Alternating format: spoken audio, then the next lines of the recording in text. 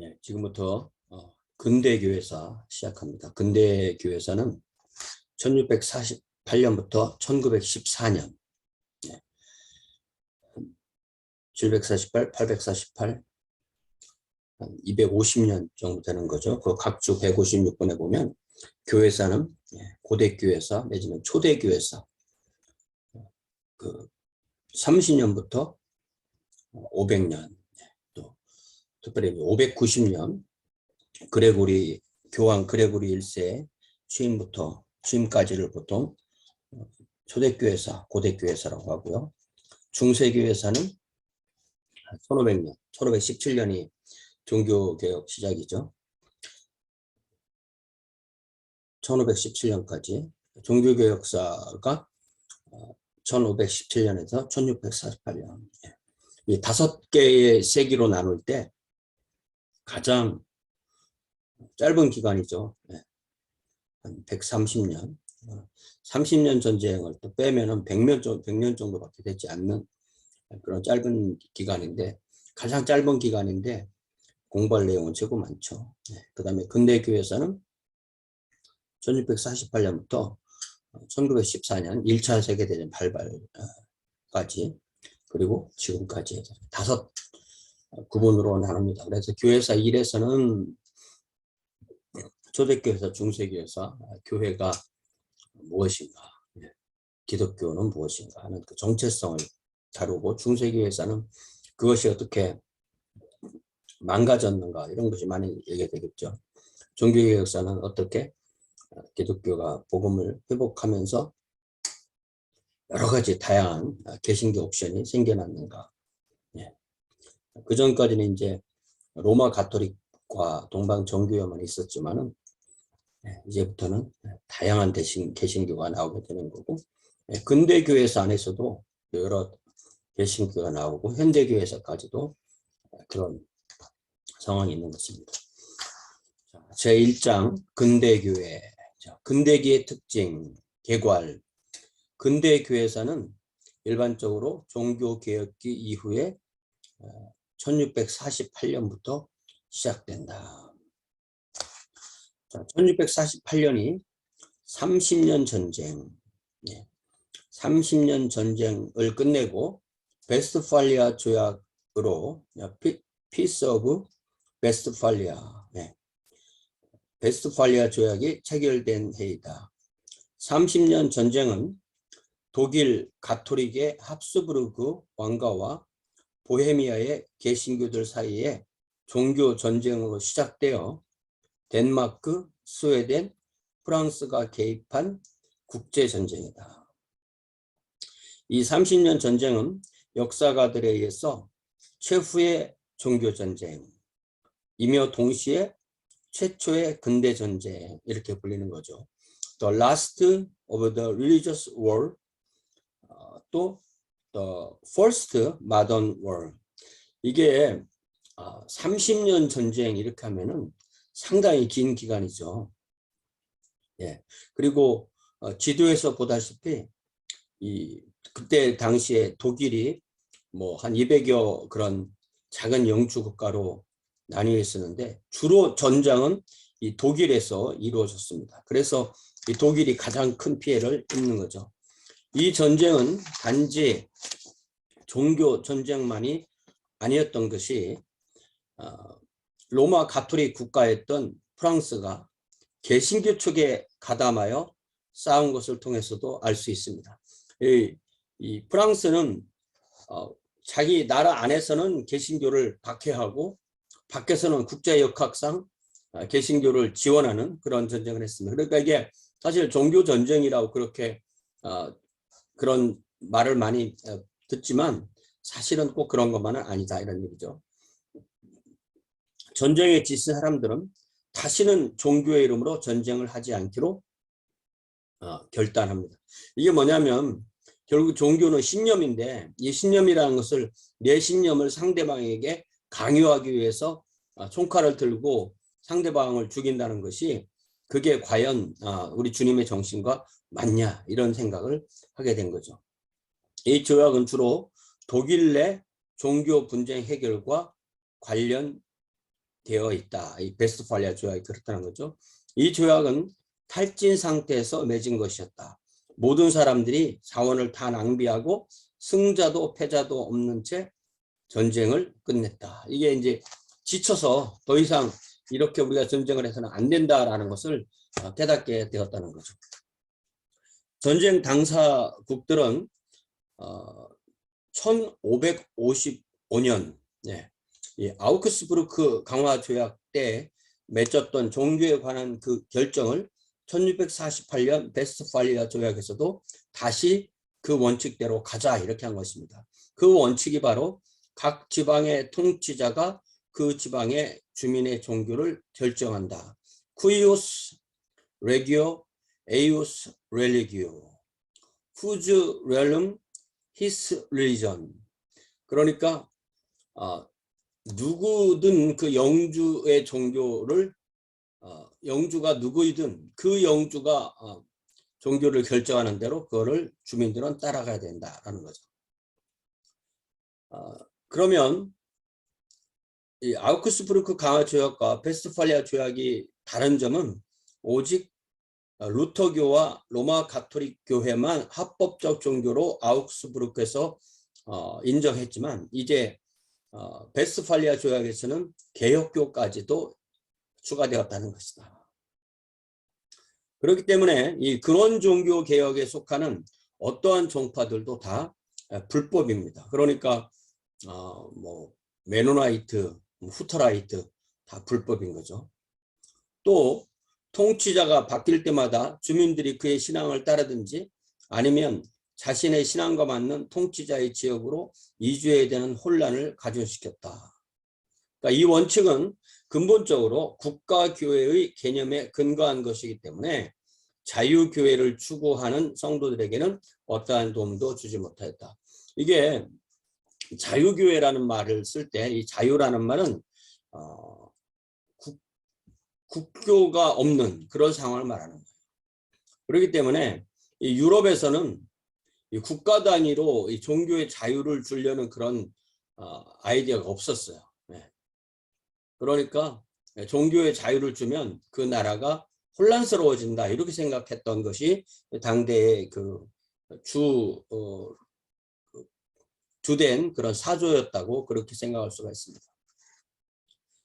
자, 그리스도교의 6대 전통 1648년 이후 기독교 전통의 기본 구조가 고정되어서 오늘날까지 큰 변동 없이 유지가 됩니다. 6대 전통은 전 기독교를 구성하고 있는데 두 전통은 보통 구교라고 하고요. 그랬을 때 그것이 로마 가톨릭 교회, 동방 정교회. 사실은 이 동방 정교회가 가장 원조죠. 로마 가톨릭 교회가 원조가 아닙니다. 로마 가톨릭 교회는 로마라는 것 때문에 원조로 하는데 예루살렘이 더 원조죠. 동방 정교회가 더 원조라고 할 수 있습니다. 이 둘은 공식적으로 1054년에 분열되었죠. 네 전통은 개신교적이죠. 그 네 전통은 루터교회, 개혁교회, 영국 국교회, 근원적 교회.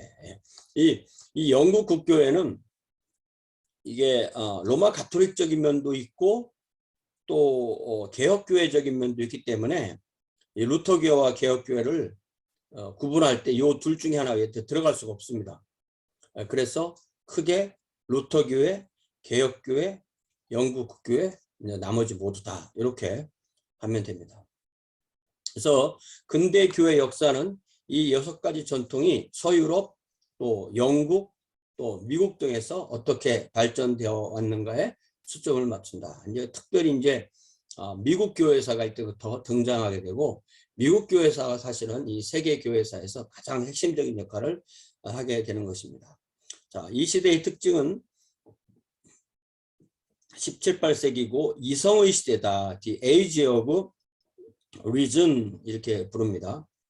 대표적인 이 지도자들이 누구였냐면 첫 번째로 아이삭 뉴턴, 보통 우리가 뉴턴이라고 말하는 아이삭 뉴턴 경 1643년에서 1727년. 네.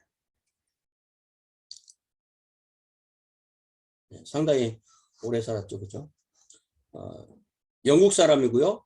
1687년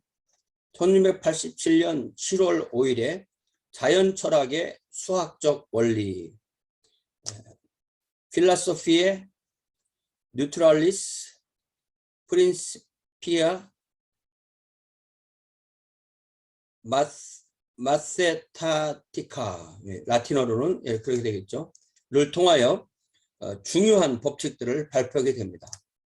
이로써 이 법칙의 핵심은 그동안은 우주가 돌아가는 것이 신의 섭리로만 이해되었는데, 이것을 어떤 기본적인 그 운동으로 이해해서 그것을 자연의 현상으로 설명할 수 있게 되었습니다. 그러니까 이 아이작 뉴턴은 이제 기본적으로 하나님을 잘 믿는 사람이었는데, 그 하나님께서 이 세상을 어떻게 운행하시나 라는 것을 설명한 것이라고 우리는 이해해도 되겠습니다. 자, 첫 번째, 세 가지 운동의 법칙, The Three Laws of Motion에서 그 세 가지 운동의 법칙은, 제1운동 법칙은 관성의 법칙, The Law of Inertia. 이 관성의 법칙이라는 것은 우리가 물리 시간에 배운 대로 정지해 있는 물체는 정지해 있으려고 하고, 운동하는 물체는 운동하려고 한다. 정지해 있는 물체는 계속 정지하려고 하고, 운동하는 물체는 계속 운동하려고 한다. 이 관성의 법칙은 단지 물리뿐만 아니라 거의 모든 것에 그대로 적용되는 그런 거고요. 예를 들자면 우리가 어떤 그 운동이 몸에 밴 사람과 가만히 앉아 있는 걸 좋아하는 사람이 좋아하는 것이 몸에 밴 사람과 거의 비슷하죠. 네. 또 공부도 그렇습니다. 공부를 하기를 원하는, 계속 하던 사람은 하는 게 쉬운 거예요. 그러나 하지 않던 사람이 하는 것은 정말 힘든 거예요. 그래서 운동하는 물체가 운동을 하려면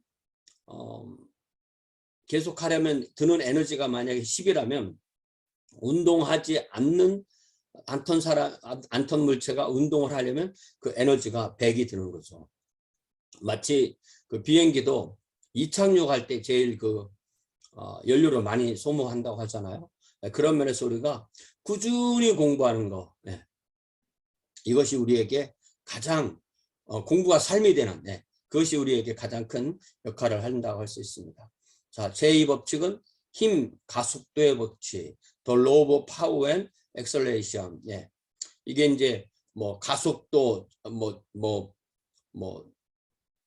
또 등속도, 가속도 그런 것과 관련된 법칙이고요. 작용 반작용의 법칙. 모든 이 작용을 하면 또 반작용이 온다, 그런 법칙이겠죠. 제가 다 자세히 설명을 못 해드리겠습니다. 자, 두 번째 중요한 법칙이 만유인력의 법칙이다. The Law of Universal Gravitation. 이 만유인력의 법칙은 우주의 모든 질량을 가진 물체는 자체의 중력으로 다른 물체들을 당기는 힘이 있다.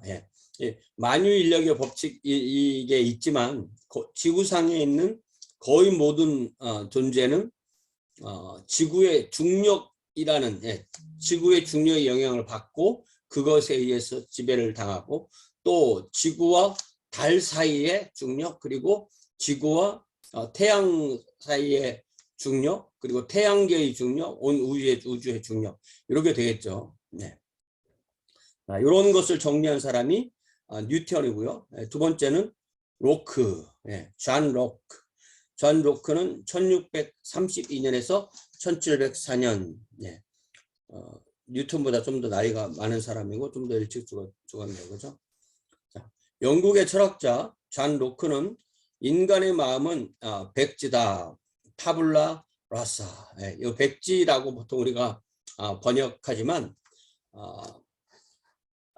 빈 석판이다. 그러니까 우리가 칠판이라고 우리 어릴 때 봤던 그 칠판에 아무것도 쓰여지지 않은 상태와 같은 상태가 바로 인간의 마음이고 그 위에 경험에 의해서 지식이 쌓인다라고 한 이 경험론의 기초를 놓은 사람이 바로 잔 로크입니다. 자, 우리가 이 경험론과 이성론을 생각하면 그러니까 이 이성 소위 공부, 이 공부를 어떻게 표현하냐면 간접 경험이라고 하잖아요.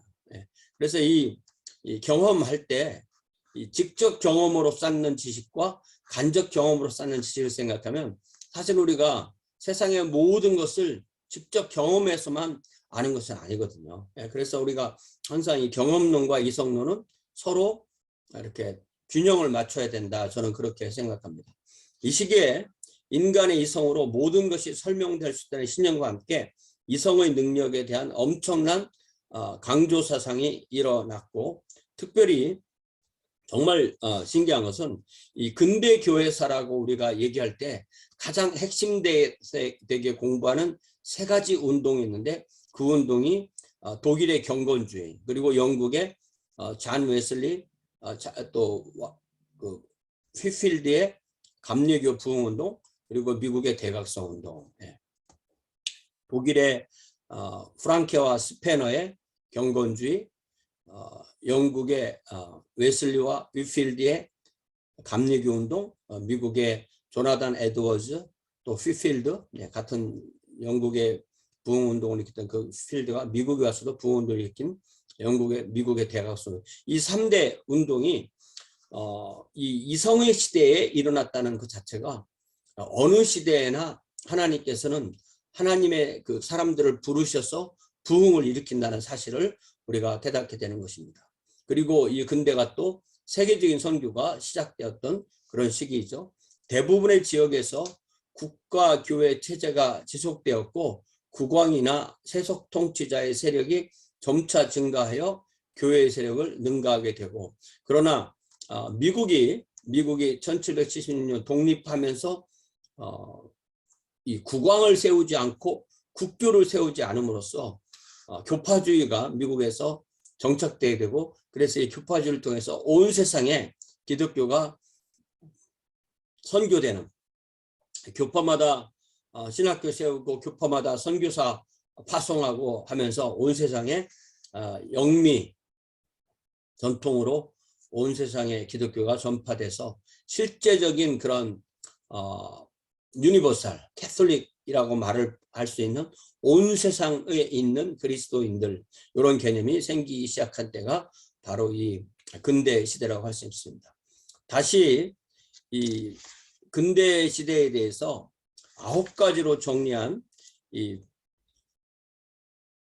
제임스 H. 니콜라스 현대교회사 History of Christianity 1650년에서 1950년 이라는 그 제목으로 Secularization of the West, 서구의 세속화라는 이런 제목으로 번역될 수 있는 요 책, 요 책이 이제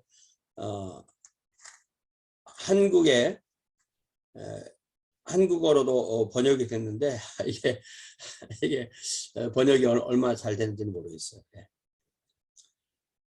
자, 이 니콜슨은 그래서 뭐라고 말하냐면, 베스트팔리와 죄악 이후의 시기는 가장 복잡하고 교회사 중 가장 알려지지 않은 시기다.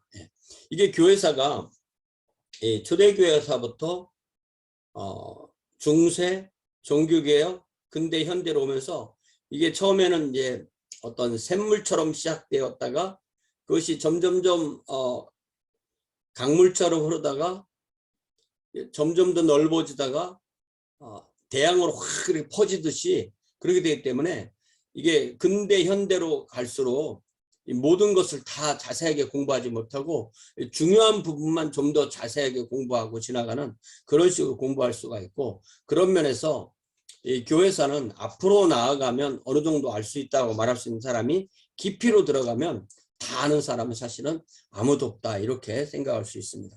자, 니콜스가 다시 정의한 근대의 시대와 근대 기독교의 5가지 특징. 1. 지리적 확장 및 선교. 16세기 반동 종교개혁, 로마 캐톨릭 종교개혁 이후에 주로 스페인, 포르투갈이 로마 가톨릭 선교에 선봉이 되는데, 이거는 이제 식민지를 개척하고 상권을 열면서 이 로마 가톨릭 교회가 함께 선교되는 그런 상황인 거죠. 그래서 라틴 아메리카, 또 이 아프리카, 그리고 유럽까지 로마 가톨릭 선교가 이루어지는 시기가 바로 이 시기입니다. 17세기에는 프랑스가 또 로마 가톨릭 선교에 선봉이 됩니다. 결과적으로 서인도제고, 서인도제도 북미 등에도 로마 가톨릭 교회가 설립되게 됩니다.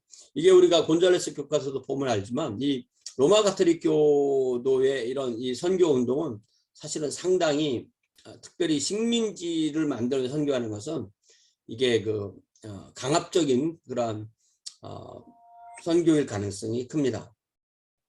개신교의 선교는 로마 가톨릭 교회보다 최소한 1세기가 늦게 됩니다.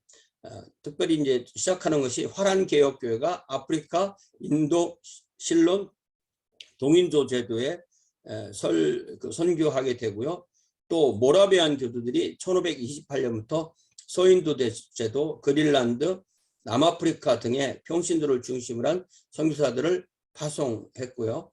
그리고 18세기 말부터 19세기까지 윌리엄 캐리를 중심으로 위대한 선교의 세기, The Great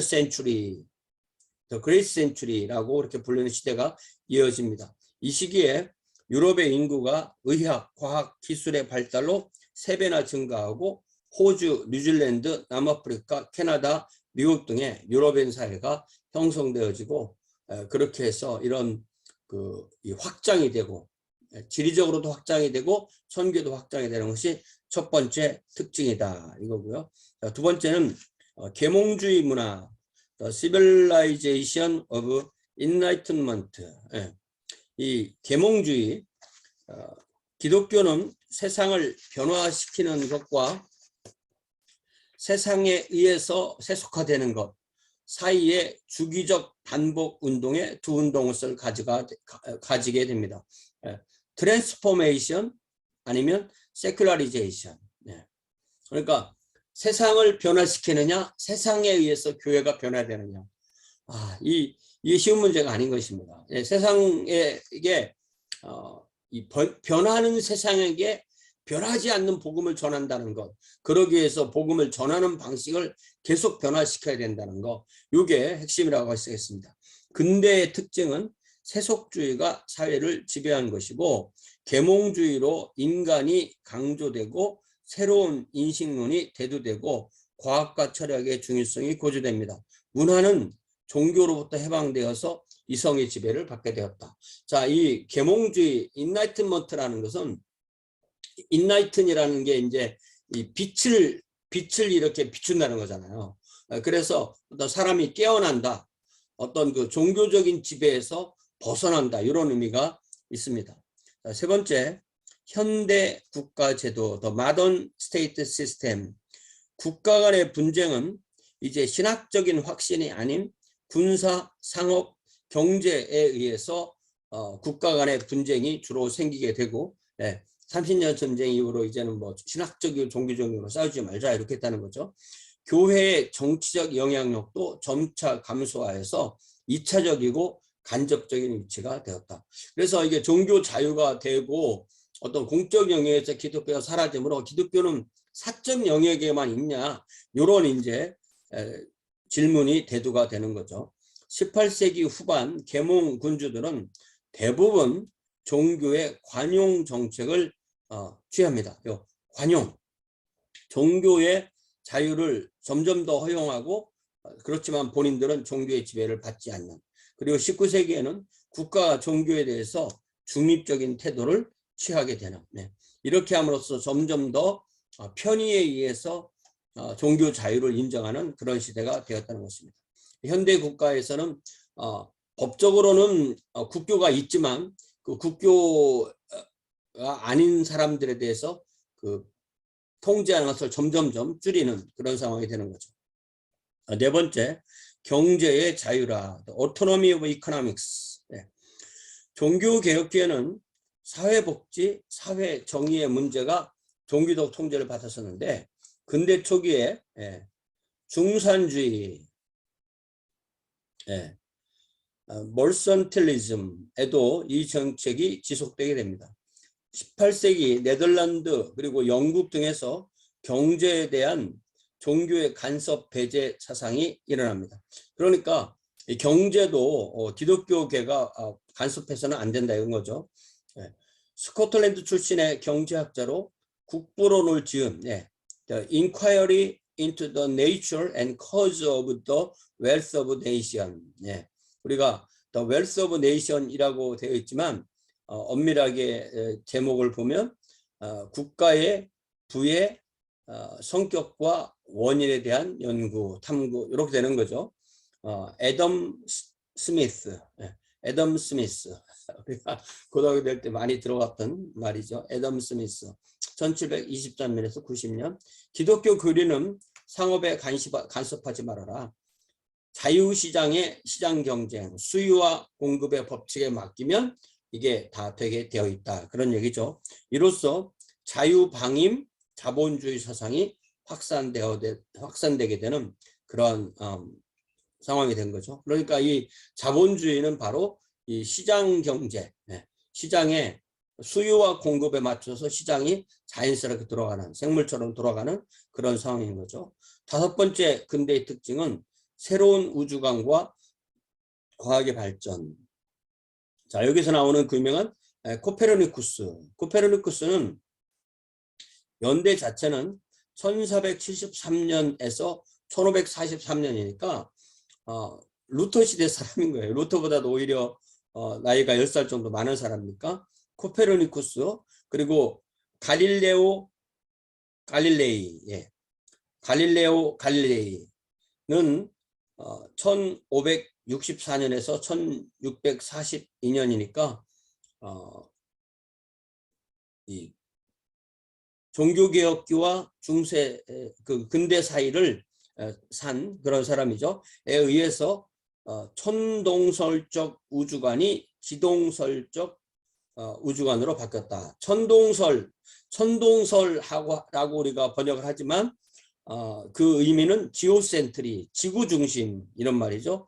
그리고 지동설이라고 번역하지만 태양 중심, 헬리오센트릭 이렇게 되는 거죠.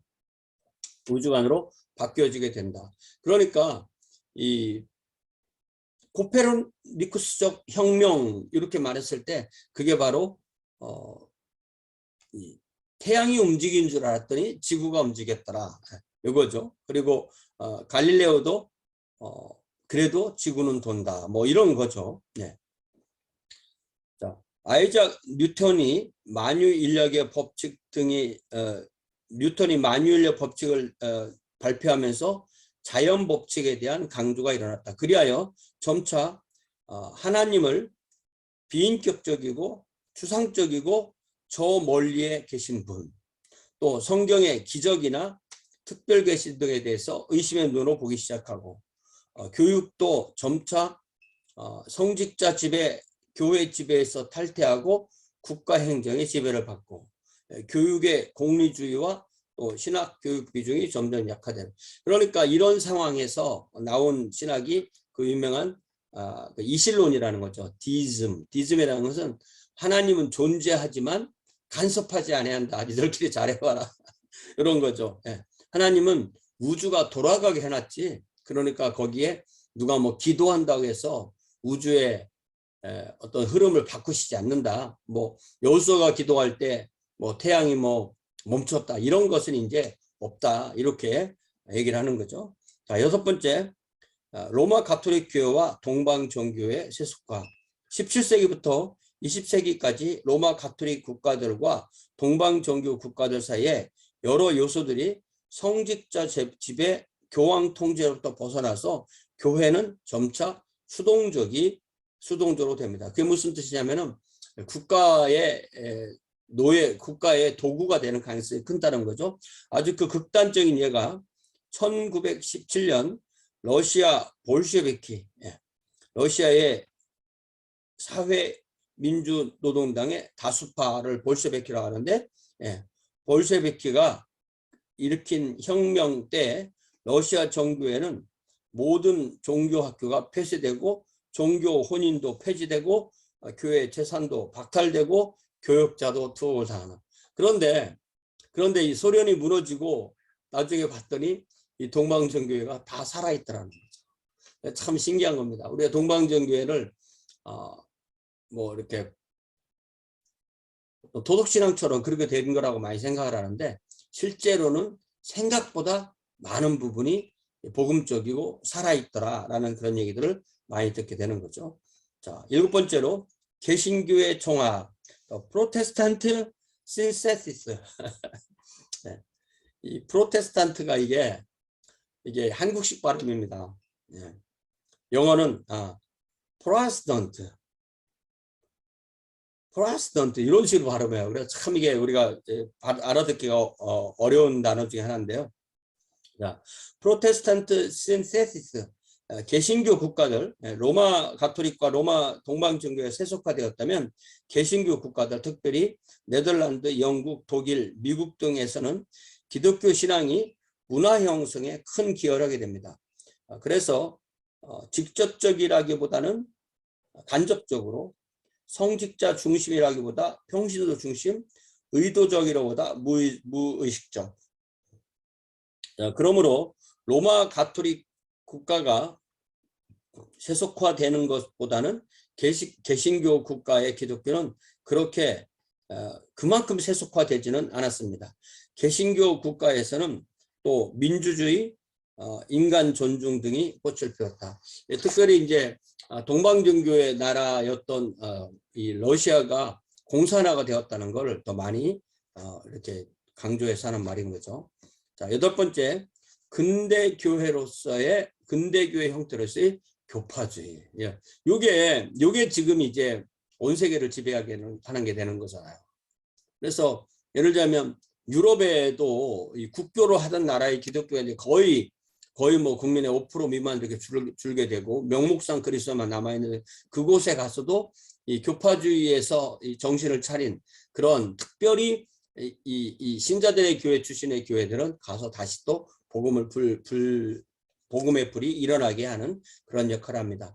디노미네이셔널리즘, 이것이 결국은 교회의 핵심이라고 할 수가 있습니다. 오늘날 교회에서의 핵심, 교회와 분파의 구별보다 이제는 교파, 이렇게, 예전에는 이제 중심 교회가 있고 나머지는 다 뭐 분파다, 이렇게. 예를 들자면 로마 400년경에 로마 가톨릭 교회와 도나투스파, 이렇게 이런 식의 구별, 그리고 이제 이단, 이렇게 돼 있던 그런 상황에서 이제는 다 이제 전체가 교회고 나머지는 교파다. 그래서 동방정교회도 교파처럼, 로마 가톨릭도 교파처럼, 나머지 모든 것도 교파처럼, 그렇게 이해를 하는 것입니다.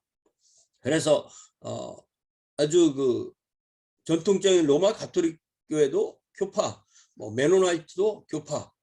그래서 교파 그 자체가 교회의 전체가 아니고 전체 교회의 한 교파이다. 그러니까 결국 교회사냐 교파사냐, 이렇게 이해를 할 수가 있고요. 오늘날도 분파라고 말할 수 있는 것도 있습니다.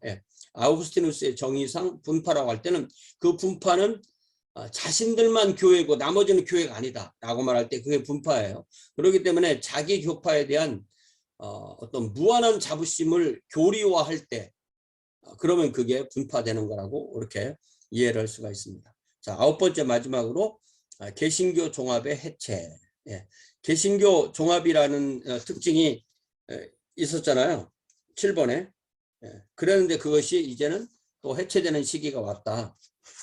그것이 1800년대 말부터 이런 현상이 일어났는데, 요거에 영향을 끼친 세 가지가 공산주의, 인본주의, 그리고 과학주의다. 공산주의는 이게 유물론에 근거한 거잖아요. 그래서 공산주의와 기독교와는 결코 친해질 수가 없다는 것이죠. 이것이 개신교의 종합을 해체하게 되고, 두 번째는 인간이 어떤 그 가장 근본이다. 하나님이 아니라 인간이 근본이다라고 말하는 휴머니즘. 예. 이게 종교교육계에서는 르네상스 종교교육계에서 휴머니즘이라는 것을 인문주의라고 번역을 해야 된다겠고요. 이때 나오는 이 휴머니즘은 인본주의, 그렇게 이해를 해야 됩니다. 자, 그리고 과학주의. 예. 과학이 발전하면서 계속해서 교회의 힘은 줄어드는 듯한 그런 현상이 왔다는 것이죠. 그러나 이러한 것과 반동으로 20세기 초에 새로운 보수주의가 대두되는데, 그 새로운 보수주의의 두 특징이, 하나는 근본주의, 그리고 또 하나는 신정통주의. 그러니까 이게 근본주의라는 것은 엄밀하게 말하면 자유주의에 대한 극단적 반동이 근본주의고요. 신학적 자유주의에 대한 반대가 근본주의고, 신정통주의는 그 근본주의에서 좀 더 이렇게 중앙 쪽으로 온 상황을 신정통주의라고 그렇게 말합니다. 이 신정통이라고 할 때, 이 정통은 이 개신교 스콜라주의, 종교개혁이 끝나고 그 다음에 루터교가 최고야, 개혁교가 최고야 라고 하면서 로마 가톨릭의 그런 스콜라 철학, 스콜라 신학의 방법을 가져다가 우리 루터교가 최고야, 개신교가 최고야 라고 그렇게 신학을 발전시킨 그 시대를 정통주의 시대, 개신교 스콜라주의 시대라고 말하는 것인데, 그 정통을 다시 회복했다라는 의미의 신정통주의라고 말하고, 이 신정통주의는 보통 우리가 칼바르트라는 이 신학자의 이름으로 이야기를 합니다. 자, 요게 이제 기본적인 이 흐름이고요. 다시 이제는 프랑스 교회, 장세니즘과 파스칼 나오는 이 프랑스, 그 다음에 독일, 그 다음에 영국, 그리고 다시 독일의 경건주의와 모라비아 교회, 그리고 그 다음에 영국의 웨슬리 와이필드의 부흥운동, 그리고 미국의 이 대각성운동, 그리고 선교, 이렇게 해서 근대교회가 흘러가게 되는 것입니다. 그러니까 이게 교과서에서 내용이 많지만 그걸 다 다룰 수가 없는 거죠. 자, 그러면 이제 1648년부터 1715년까지 프랑스 교회는 어떤 그 흐름이 있었냐. 이때의 통치자는 바로 루이 14세였다. 자, 근대 초기 로마 가톨릭 교회의 갈등. 근대 초기에 로마 가톨릭 교회는 스페인, 프랑스, 오스트리아에서 강세를 보이고 유럽 최대의 교회 집단이었다. 그러나 1650년경에 이르러 반동 종교 개혁의 활력이 일어가고, 그 특징은 먼저 스페인이 1588년에 무적함대가 영국 엘리자베스 여왕 통치 때 그 싸움에서 짐으로 스페인의 영향력이 줄어들게 되고, 예수회는 점차 비판의 대상이 되어 급기야 1773년 교황 클레멘스 14세 때에 해체됩니다. 나중에 다시 복원되긴 하지만 이때 아예 해체돼 버려요. 예수회 소속 선교사들은 예수의 선교사로서의 신분을 버리든지 아니면 본국의 소환으로 당했고, 이때 소환당한 이 신분이 사람들이 바로 3천여 명이나 된다는 거죠. 그리고 재산물수, 어떤 교황도 예수회를 재건할 수 없다고 선언했습니다. 그러나 저기 재건했죠. 근대 교황들은 중세처럼 강력하지 못했고 세속 군주의 요구에 양보했습니다. 그러나 근대 교황들은 중세 때처럼 부도덕하거나 세력 다툼에 그만큼 탐닉하지는 않았다는 거죠. 그러니까 이 교황이 중세에는 이게 하나의 그 영주국처럼 돼 있던 거잖아요. 교황령이 점점 커지면서, 그래서 그런 그 세속 권력이 점점 줄어들기 때문에 교황이 좀 더 종교에만 집중할 수 있는 그런 상황이 되었던 것이죠.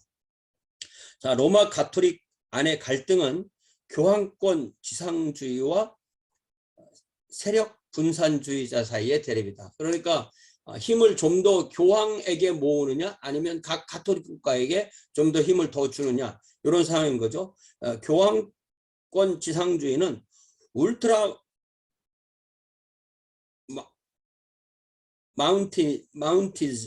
마운티니즘, 예. 예. 이게 이제 마운틴이라는 단어에서 온 거예요. 그 산 너머라는 것은 오버 더 마운틴이라는 것은, 예. 울트라 마운티니즘이라는 것은 알프스산 너머에 있는 로마 교황청의 교황이 교회 세력의 중심지다.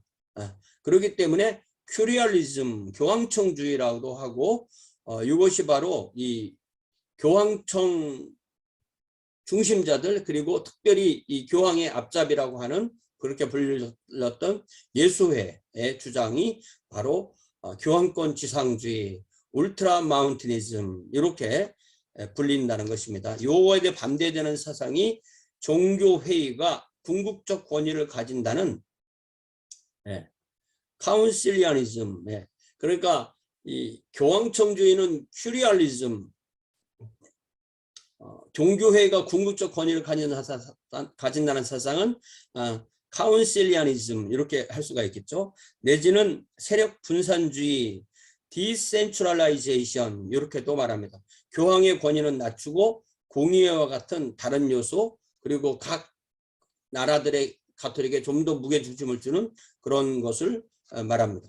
이러한 교황권 지상주의와 세력 분산주의의 갈등은 1870년 교황 피우스 9세에 의해서 교황 무호설이 나올 때까지 계속됩니다. 자, 포 피우스 the ninth 1846년부터 78년까지 교황 무호설 Papal Infallibility. 교황이 자신의 그 의자에 앉아서, 이건 뭐냐면 공식적으로는 뜻이에요. 자신의 의자에 앉아서 기독교 교리에 대하여서 얘기한 것은 무효하다 이런 말입니다. 그래서 이렇게 말함으로써 뭐 교회 회의 이런 거 다 중요하지 않다는 거죠. 교황이 정해서 발표하면 끝이라는 것입니다. 그러니까 완전히 모든 힘을 한 사람 교황에게 계속 밀어주는 것이 바로 교황 무호설입니다.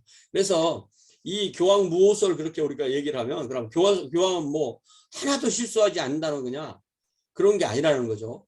이 기독교 교리에 대해서 발표하는 것만 공식적으로 그것만 무효하다 이렇게 빠져나갈 구멍을 좀 만들어 놓은 것입니다. 자, 프랑스 교회 내에서의 갈등. 자, 첫 번째로 갤리카니즘이란 프랑스 로마 가톨릭 교회의 교황권 제한주의를 의미한다. 갤 이 말은 이제 그 프랑스라는 말보다 더 오래된 프랑스를 부르던 말이잖아요. 자, 그래서 프랑스가 이 로마 가톨릭 교회에게 어떻게 좀 저항하나 아니면 로마 가톨릭 교회와 어떻게 좀 선을 두나 그런 이야기입니다.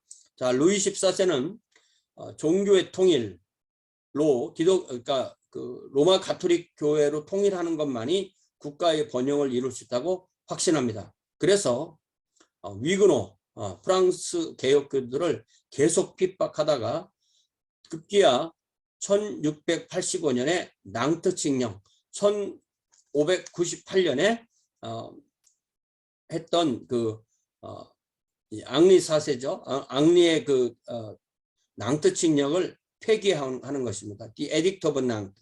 요것을 폐기하는 그 법칙을 그 법을 1685년에 그렇게 폐기시킵니다. 그래서 위고노는 이제는 프랑스 안에서 불법 존재가 되었고 그 결과 수천 명의 위고노가 프랑스를 떠나서 뭐 가까이는 뭐 영국이나 네덜란드로 가지만 특별히 신대륙으로 많이 가게 되는 것입니다.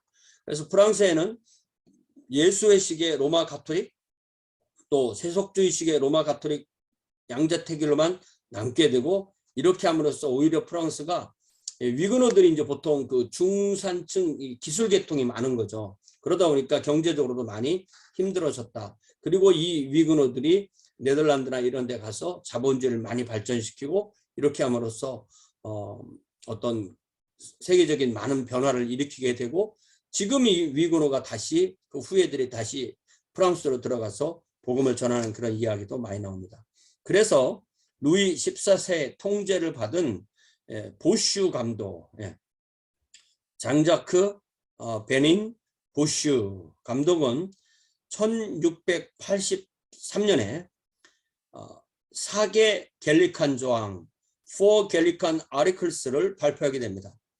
자, 여기에 이게 이제 왕이 감독에게 시킨 거죠. 왕이 이 루이 14세가 보슈 감독에게 시킨 겁니다. 교황은 프랑스 세속사에 관여하지 말아라. 종교회의가 교황보다 우월하다. 교황의 교서는 종교회의의 인준이 있어야만 우호한 거다. 프랑스의 독자적인 교회법은 불가침이며 교황도 이를 따라라. 프랑스에 그렇게 심하게 교황이 간섭할 수 없다. 이걸 얘기를 한 거죠. 루이 14세는 이 조항들을 모든 교역자에게 강요하고 신학교에서 가르치도록 합니다. 자, 교황 인노켄티우스 11세, 그러니까 루이 14세 시대의 교황인 거죠. 는 이에 저항하여 이 조항을 지지하는 프랑스 감독들을 감독으로 인정하지 않습니다. 그러자 루이 14세는 프랑스 내의 교회의 관절을, 프랑스 안에 있던 교황 관절을 공격하고 교황 대표단을 투옥하고 프랑스 단독의 국가교회 설립을 내세우며 교황을 위협합니다. 그러니까 영국이 그렇게 통째로 교황으로부터 떨어져 나갔듯이 프랑스도 떨어져 나가겠다, 이렇게 하는 거죠. 그렇게 위협하는 거죠. 결국 1689년에 인노켄티우스 11세가 죽고 나자 새 교황 알렉산더 8세가 나왔을 때 그와에 의해서 타협이 이루어지는데, 루이 14세는 사계 조항을 완화하고 폐지하지는 않았고 언제나 사용 가능했고, 그래서 오히려 그 왕은 이 교회를 통한 막대한 재정 수입을 확보했다.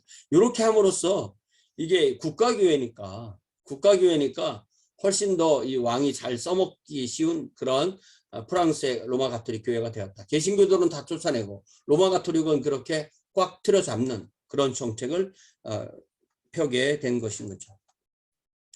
이런 배경 가운데서 나온 것이 바로 얀세니즘인데요. 이 얀세니즘은 이제 영어식 발음으로 장세니즘 이렇게 번역하기도 합니다. 장세니즘의 정의는 로마 가톨릭 안에 있는 복음주의 운동이에요. 로마 가톨릭 안에 그 신학 운동인데,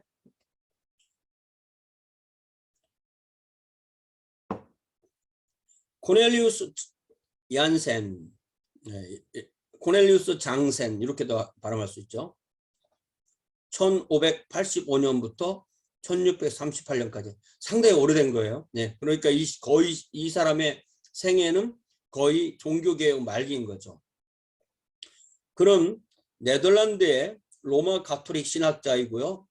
복음적이지만 개신교는 아니고 가톨릭적이지만 예수회는 아닌, 자기들의 선을 정확하게 정한 거죠. 로마 가톨릭에 남아. 그렇지만 복음적이야. 그러니까 개신교가 아닌 거죠. 또 그렇지만 이 너무 극단적인 예수회는 아닌 그런 로마 가톨릭을 추구하는 것입니다. 선을 딱 잡은 거죠. 이벤젤리컬, but not Protestant, 프로테스탄트, 캐톨릭, but not 제수잇의 입장을 취하게 됩니다. 그래서 1638년에 사망하지만 그가 죽은 후에 1640년에 발간된 작품 아우구스티누스를 통해서 그의 신학이 발표됩니다. 그래서 얀센의 신학은 아우구스티누스의 신학적 관점을 따르게 되고, 얀세니즘의 본부는 파리에서 30km 정도 떨어진 포트 로얄, 포르왈, 이게 이제 프랑스, 제가 프랑스 말을 못하니까 이게 좀 그렇지만은 영어식 발음을 하면 포트 로얄에 있는 수녀원이 이 핵심 지역이었다.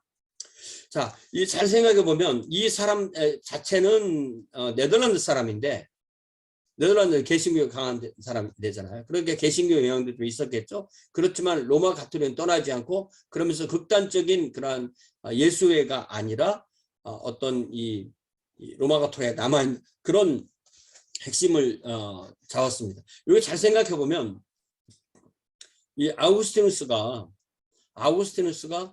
가장 잘 세운 것이 은총론이잖아요.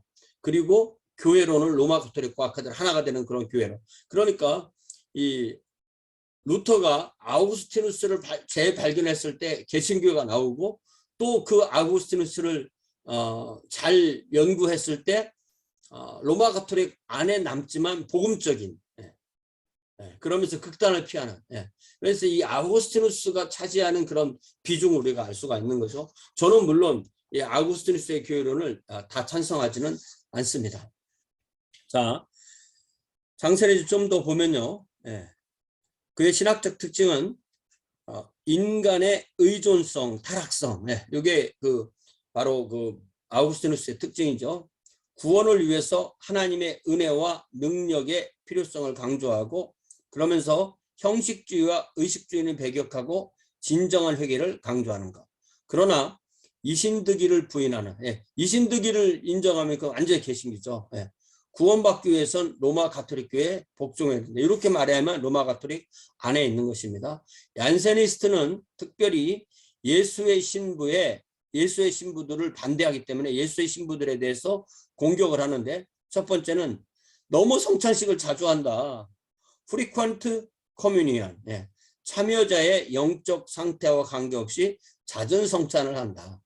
성찬이 오히려 망가진다. 이런 표현인 거죠. 두 번째는 개연주의, probabilism. 고해 시에 용서할 만한 작은 이유라도 있으면 사면을 선언한다. 그러면 오히려 죄를 더 짙게 죄를 조장하는 그런 삶을 살게 만든다. 이렇게 비난하고 정신적 보류주의. 이게 mental reservation 이게 뭐냐면은 목적이 수단을 정당화한다. 선한 목적을 위해서는 어떤 거짓말도 해도 되고 무슨 뭐 모사를 꾸며도 되고 뭐 사람을 죽여도 되고 그래서 이런 것에 의해서 그 무수히 많이 나오는 예수의 신부들의 그런 악행에 대한 이야기들이 다 여기서부터 출발한다는 것이죠. 그래서 그게 너무 많으니까 얼마나 그것이 개개의 사건마다 확실한 증거가 있는 역사의 사건인지는 우리가 정확하게 알아볼 필요가 있습니다. 이런 글을 읽을 때마다 이게 과연 그런가, 어디까지가 진실이고 어디까지가 진실이 아닌가라는 것은 우리가 판단해야 할 몫이라고 생각합니다. 자, 그 유명한 이 블레이즈 파스칼이 이 문맥에서 나오는 거예요. 파스칼은 프랑스 사람입니다. 그리고 얀센은 네덜란드 사람인 거죠. 얀세니즘의 대표 주자로 예수에 대한 강력한 비판자가 바로 블레이즈 파스칼이다. 이 블레이즈 파스칼 1623년에 태어나서 62년에 죽었으니까 23년에 태어나서 63년에 죽어야 40살인 거잖아요. 그러면 39살에 죽은 거죠. 이게 인류가 알 수 있는 정말 이 천재에 반드시 들어가는 꼽을 수 있는 천재에 반드시 들어간 사람인데 아주 요절했다고 볼 수가 있습니다. 파스칼은 프랑스의 수학자, 물리학자, 그리고 복음주의 신학자. 그러니까 프랑스 가톨릭의 복음주의 신학자인 거예요. 그래서 이 프랑스의 그런 뭐 개신교나 로마 가톨릭이나 누구나 다 좋아하는 그런 글이 된 거죠. 그래서 이 파스칼의 생애를 다룬 그런 글들을 쭉 읽어보면은 이 사람이 아주 어릴 때부터 그런 천재적인 그런 면이 있고 특별히 수학적인 면에서 천재적인 것을 많이 드러낸 것을 볼 수가 있습니다. 그리고 젊을 때는 또 그런 방탕한 생활도 좀 해보고 그러다가 이 수녀원을 아까 말했던 폴트 로얄이라는 그 수녀원을 배경으로 누나와 자신의 그 여동생과 함께 회심하면서 이 장세니즘에 참여하게 되는 이야기가 있습니다. 파스칼은 이제 유명한 서신이 지방서신 그리고 팡세인데요. 지방서신에서 provincial letters 이게 이제 18개의 그 서신 형태로 이루어진 그러한 그리고 실제로 그 출판사에 보내서 계속 글을 이렇게 출판한 그런 것을 모은 책인데요. 여기에서 예수회의 수능 정책, 아까 그 정치적 보류주의와 같은 말입니다. 어코모데이션, 상황에 따라서 다른 규율을 적용하는 정책을 비난합니다. 그래서 우리가 이 지방서신이나 이 팡세를 읽어보면 예수의 얘기들이 많이 나와요. 예수를 그렇게 얘기하는 그 비난한 내용들이 많이 나옵니다. 자, 파스칼은 예수의 신부들이 죄를 가볍게 다룬다는 점을 비난하게 됩니다. 자, 이게 이제 지방서신 요게요. 약간 지방이라는 이 표현이 조금 시골 이렇게 해서 자신을 좀 이렇게 낮추면서 글을 쓰는 그런 성격이 좀 있는 것입니다. 파스칼이 1670년에 저작한 팡세, 이게 이제 묵상이라는 그런 뜻이잖아요. 팡세는 그의 심오한 묵상의 기록이다. 그는 이 저서를 통하여 인간은 이성으로 하나님을 알 수 없고 마음으로 하나님을 신비하게 체험한다. 그러니까 우리가 이성으로 따져서 하나님을 만난 게 아니다. 우리가 성령께서 우리 마음에 하나님을 이렇게 체험하도록 믿음을 허락할 때 하나님을 만난다. 이런 것을 강조하는 것입니다. 자신의 어떤 체험에 근거해서 성경과 맞춰서 그런 글을 쓰는 것이고, 실제로 이 팡세는 자신의 묵상 기록이잖아요. 이 묵상 기록을 읽어보면 거의 다가 성경에 대한 그러한 이해를 써놓은 것입니다. 자, 여기에 이제 그 팡세에서 제가 두 번의 그 인용문을 가지고 왔는데요. 그거 읽어보면, 인간이 헛되다는 것을 온전히 알고자 한 자는 오직 사랑의 원인과 결과를 성찰하기만 하면 된다. 그래서 꼬르니에유라는 사람이 사랑의 원인은 나도 모르는 거다. 이 사랑이라는 것이 어떤 사람과 사랑에 빠지는 것이 0.5초 안에 이루어진다잖아요. 그것이 화학적이라는 거잖아요. 그래서 그것을 도대체 어떨 때 사랑에 빠지고 어떨 때 사랑에 빠지지 않는가, 이런 거 원인과 결과를 볼 때 사람은 참 인간은 헛되다, 이렇게 말합니다. 그러나 그 결과는 두려운 것이다. 누가 누구를 사랑하느냐에 따라서 그 결과는 생명을 바치는 것이 될 수 있는 거죠. 우리가 인식할 수 없는 매우 사소한 대상이 나라 전체, 군주, 군대, 전 세계를 격동시킨다. 누가 누구의 사랑에 빠지면 뭐 그리스 로마 신화에 나오는 것처럼 어떤 한 여인을 사랑하기 때문에 전쟁이 벌어지는 그런 일도 생기게 되는 것입니다. 클레오파트라 때문에 뭐 시저나 뭐 안토니우스 이런 사람들이 전쟁하는 그런 상황까지도 갔기 때문에 이렇게 표현하는 것입니다. 클레오파트라의 코, 그것이 조금만 낮았더라도 세계의 모든 양상이 변했을 것이다. 클레오파트라가 코가 조금 더 얕았으면 좀 더 덜 예뻤을 것이고, 좀 더 덜 예뻤으면 세상이 지금같이 그렇게 과거 역사가 그렇게 흘러가지는 않았을 것이다. 이렇게 말하는 거죠. 이게 무슨 말이냐면은 그만큼 이 인간의 그 이성으로 모든 것을 다 판단하기 어렵다. 인간은 그만큼 헛되다. 이 문맥에서 그 유명한 클레오파트라의 코라는 얘기가 나오게 되는 것입니다.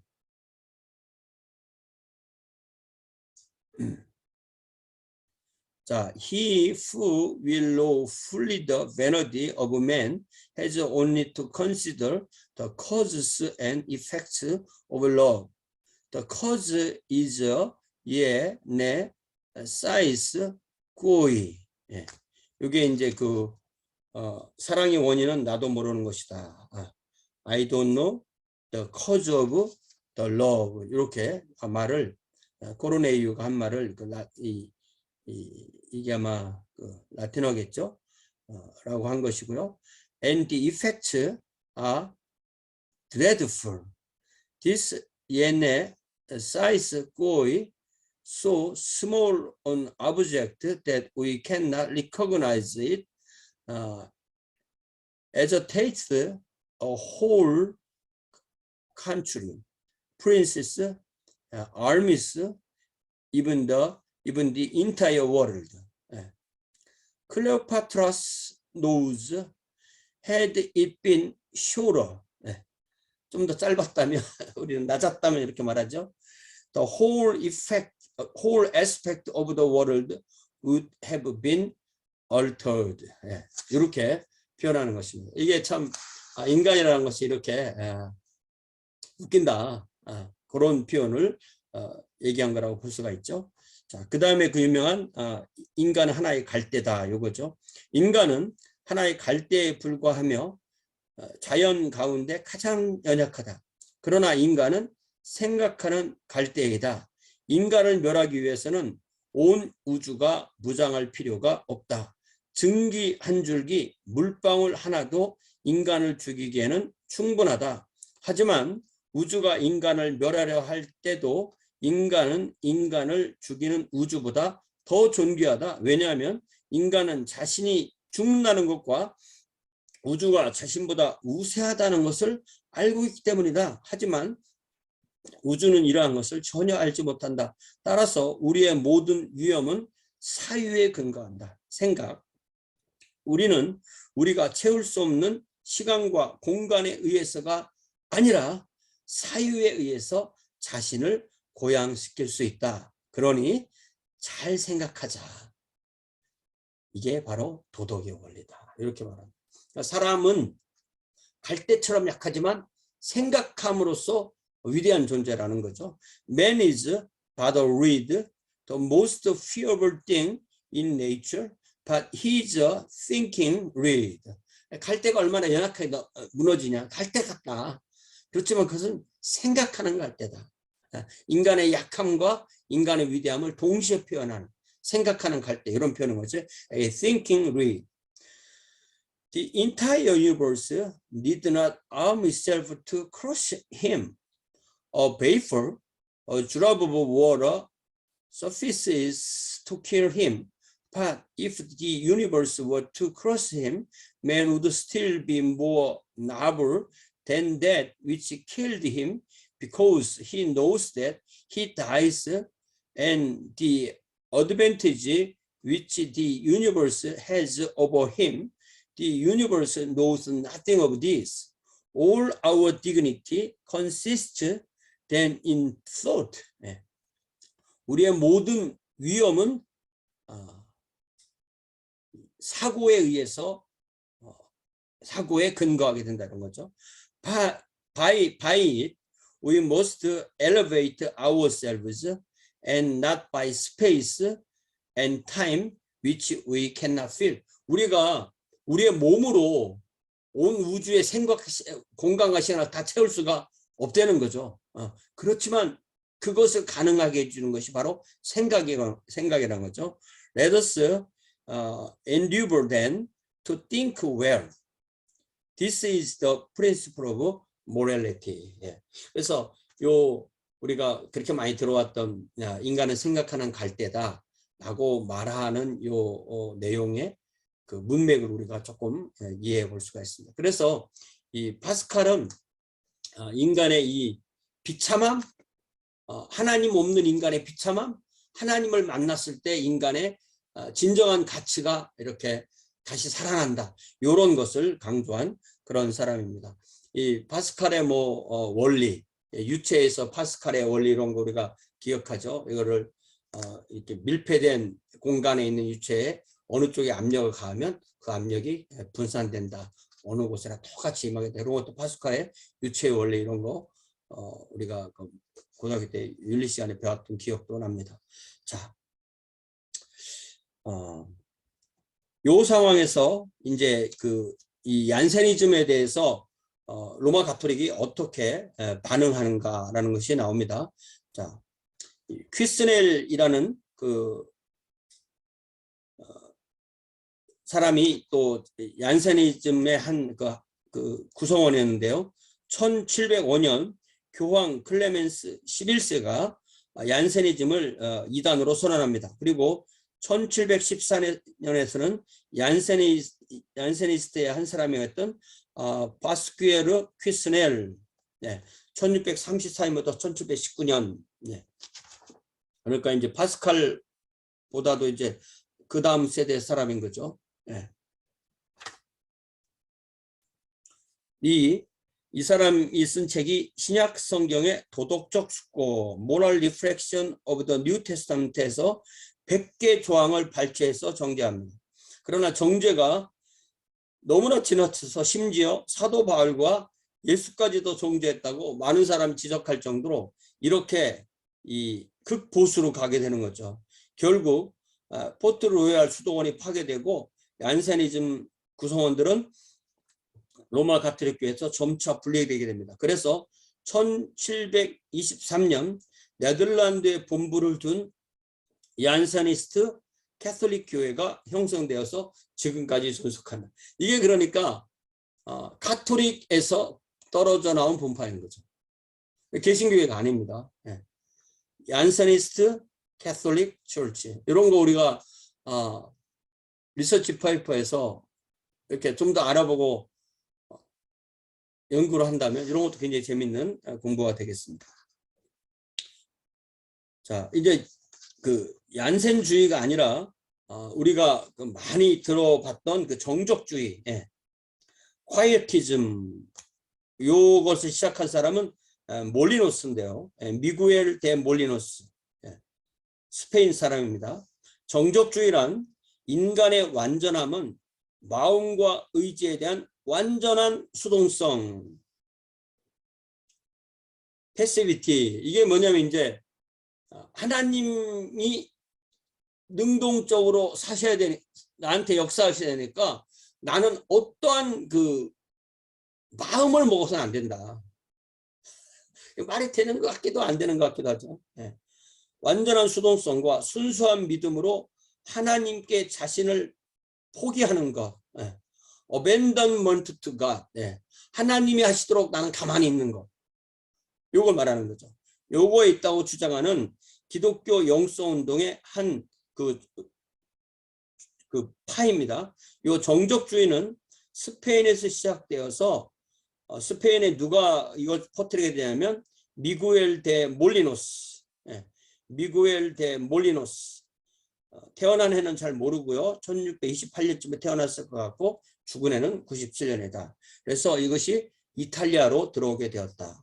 그러니까 이 얀세니즘은 네덜란드 사람인 이 얀센에게서 시작되어서 포트로얄 수도원을 중심으로 블레이즈 파스칼 퀴스넬 이런 사람을 통해서 발전했다면, 정적주의는 스페인 사람 몰리누스에 시작되어서 이탈리아로 들어온 그런 사상이었다.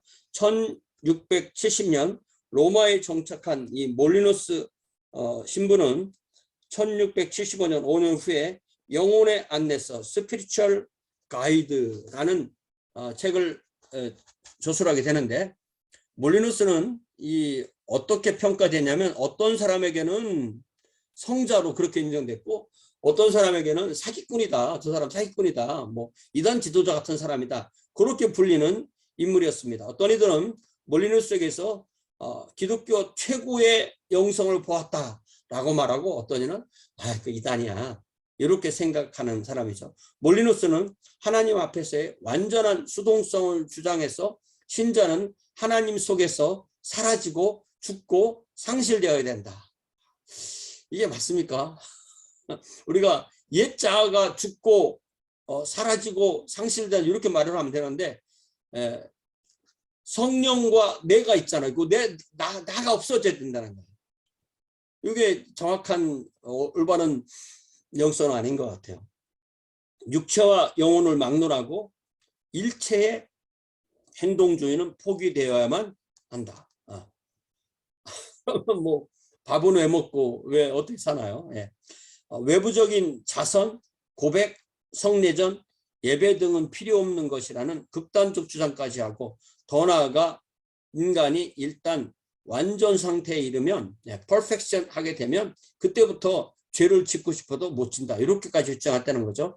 자, 1681년 예수의 신부인 파올로 세그네리가 몰리누스의 이름을 거명하지 않은 채 그의 가르침을 공개적으로 비난하고 그의 가르침을 종교재판소에 가지고 가서 이단으로 제소합니다.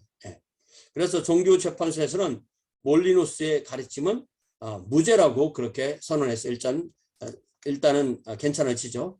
그러나 예수회는 계속해서 몰리누스를 이제는 프랑스의 루이 14세에게 고소하고 루이 14세는 자신이 로마 가톨릭 정통신학의 수호자다 이런 것을 자처하면서 몰리누스를 공격하는 것이 또 교황을 공격하는 것이다 이렇게 생각하게 됩니다. 이때 교황이 바로 인노켄티우스 11세였는데 아까 얘기 나왔던 인노켄티우스 11세였는데 추기경 베나데토 오스칼리치가 이제 아직 교황이 아니고 이 추기경 베네데토 오데스칼치가 추기경이었을 때 요 사이가 이 몰리누스와 절친이었는데 1685년 몰리누스와 그의 남녀 추종자들을 교황 인노켄티우스 11세의 명령에 의해서 체포하게 됩니다. 그러니까 요 교황이 되기 전에는 추기경 베네데토 오데스칼치고 그때 이 몰리누스와 친한 사이였었는데 요 추기경이 교황이 되어서 인노켄티우스 11세가 되었을 때 요 자기 친구를 다 체포합니다. 그리고 추종자까지 체포합니다. 몰리누스는 재판에서 그의 모든 잘못을 순수히 시인하고 예. 그러니까 이게 수동성이니까 뭐 의도적으로 그걸 틀렸다 이렇게 하지도 않는 거죠. 종신형을 선고받고 1697년 옥에서 사망합니다. 이게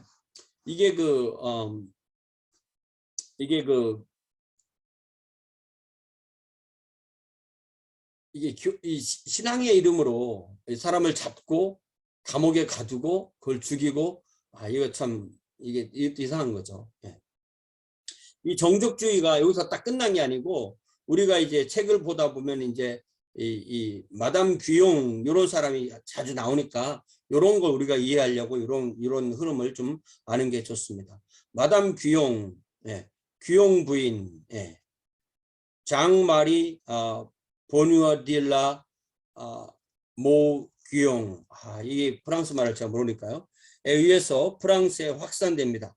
자, 마담 귀용은 1685년 짧고 쉬운 기도의 방법, Short Easy Method of Prayer 등의 저서를 통해서 소위 그 명상이라고 말하는 컨템플레이션이 바로 기독교에서 가장 중요한 요소라고 주장하게 됩니다. 마담 귀용의 가르침은 몰리누스의 그것보다 오히려 더 극단적인 면이 있었고 그녀는 하나님께 진정한 희생을 드리기 위해서는 신자들의 마음속에 진정 혐오하는 죄까지도 지어야만 할 때가 있다고 가르치는 이게 뭐냐면 이 어떤 영적인 그런 그 비참함을 체험해야 된다 이런 의미라고 이해할 수가 있는 거죠. 특히 마담 귀용은 그녀의 고회 신부였던 라퐁과 또 절친 관계고 그로 인해서 소문이 좋지 않게 됩니다. 그래서 파리의 대주교가 라콤 신부를 투옥하고 마담 귀용은 수도원에 강건시킵니다. 라콤 신부는 감옥에서 정신분열증에 걸려서 사망하게 되고 마담 귀용은 석방됩니다. 그러니까 이게 이 조직이 강하니까 조직이 강하다 보니까 이 대주교 정도만 돼도 신부를 투옥시켜서 그 수도원에 이 감옥에 가두고 감옥에 가두어서 이게 죽게 만드는 이런 것이 바로 이런 것도 종교의 심각한 문제인 거죠. 그리고 어쨌든 마담 귀용은 석방됩니다. 마담 귀용은 그 다음에는 또다시 이 주교를 만나게 되는데 그 주교가 이번에는 프랑스와 페네론이었고 페네론은 마담 귀용의 가르침을 기본적으로 동감합니다. 다시 자크 베니 부셋이라는 사람이 페네론의 신학을 공격하게 되고 그래서 페네론은 자신의 신학이 신자들을 잘못 잘못된 것으로 이끌 수도 있다라고 물러나게 됩니다. 자, 또 루이 14세가 교황 인노켄티우스 12세를 압박하였고 교황은 1695년 마담 귀용과 주교 페네론의 가르침을 정지하게 됩니다. 그래서 페네론은 캄브레이 대주교가 되어서 목회 활동에 전념하게 되고 그랬을 때 요런 관계가 바로 이 빅토르 위고의 레 미제라블에 등장하는 밀리엘 신부의 모델이 바로 이 페네론이다. 이렇게 이해하는 거죠. 우리가 이 레 미제라블이라고 할 때 이게 미제라블이 바로 이게 아주 우리 영어 미저러블에서 나오는 라틴어부터 쭉 오는 그런 단어인데요. 이게 결국 이제 불쌍하다 이런 뜻이잖아요. 그러니까 우리가 하나님 앞에서 자기를 불쌍하게 여기는, 저를 불쌍하게 여기소서 이렇게 말하는 그런 배경에서 나오는 것입니다. 자, 그 다음에 요 프랑스에 또 나자리스트 운동이라는 그런 운동이 있었는데요. 이 성직자 중에 이제 재속 성직자, 종단 소속이 아닌 이 종단 소속 성직자는 정규 성직자라고 불렀고 재속 성직자, 일반 교구를 이끄는 이 세큘라 성직자들이 중심이 되어서 성직자의 손이 닿지 않는 가난한 사람들에게 선교를 하고 학교 교육을 수행하는 사람들 중에서 파리에 있는 나자렛 수도원을 중심으로 이루어졌기 때문에 나자리스트 운동이라고 불렀고 여기에서 생 빈센트 드 폴이라는 이런 사람들이 이런 운동을 했다. 이것도 프랑스에서 일어났던 운동이라고 간단하게 소개가 되는 것입니다. 자, 지금 이제 1시간이 좀 지났기 때문에 여기서 좀 멈추고 그 다음에 좀 더 설명하고 이 경건주의에 대해서까지 갈 수 있는 그런 것을 그 다음 시간에 하도록 하겠습니다.